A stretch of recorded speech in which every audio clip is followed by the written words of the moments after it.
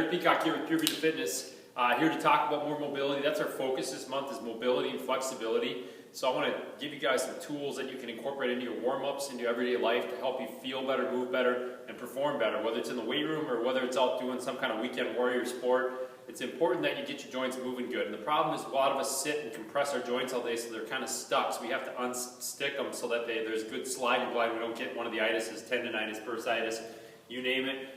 So one important joint we always hear people complain about is the shoulder joint. And shoulder mobility is a big thing. It's actually a real high priority in terms of overall movement.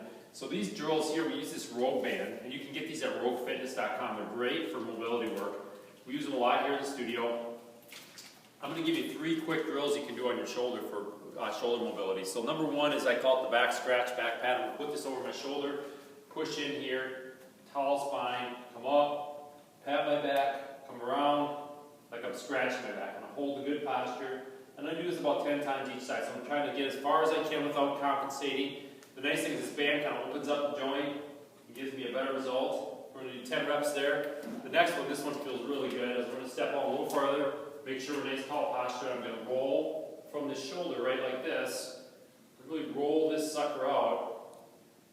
And then that way I'm kind of opening up that shoulder joint, I'm opening up the chest. And then the third one is I'm going to come down like this.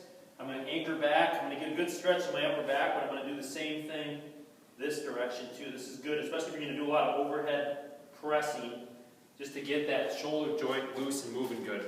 The other thing you want to do with shoulder mobility is to add some stability. So we want to activate the shoulder girdle muscles, the muscles around the shoulder blade that support the muscle, or that help. What they do is they kind of control the shoulder blade so that there's clearance when I go overhead. And when those muscles get weak, I get kind of a rubbing, or I get kind of a catch in my shoulder. So I want to make sure those muscles are active too. So an easy one I use to just activate, this isn't the YMCA from the 70s, this is just a quick activation. I go from a Y to a T, Y to a T, and I hold this back here a little bit. I squeeze my shoulder blades down and in, just to activate my upper back muscles that kind of go to sleep during the day when I'm sitting at a desk. So mobilize and activate, those are good shoulder health things you could be doing before your workout.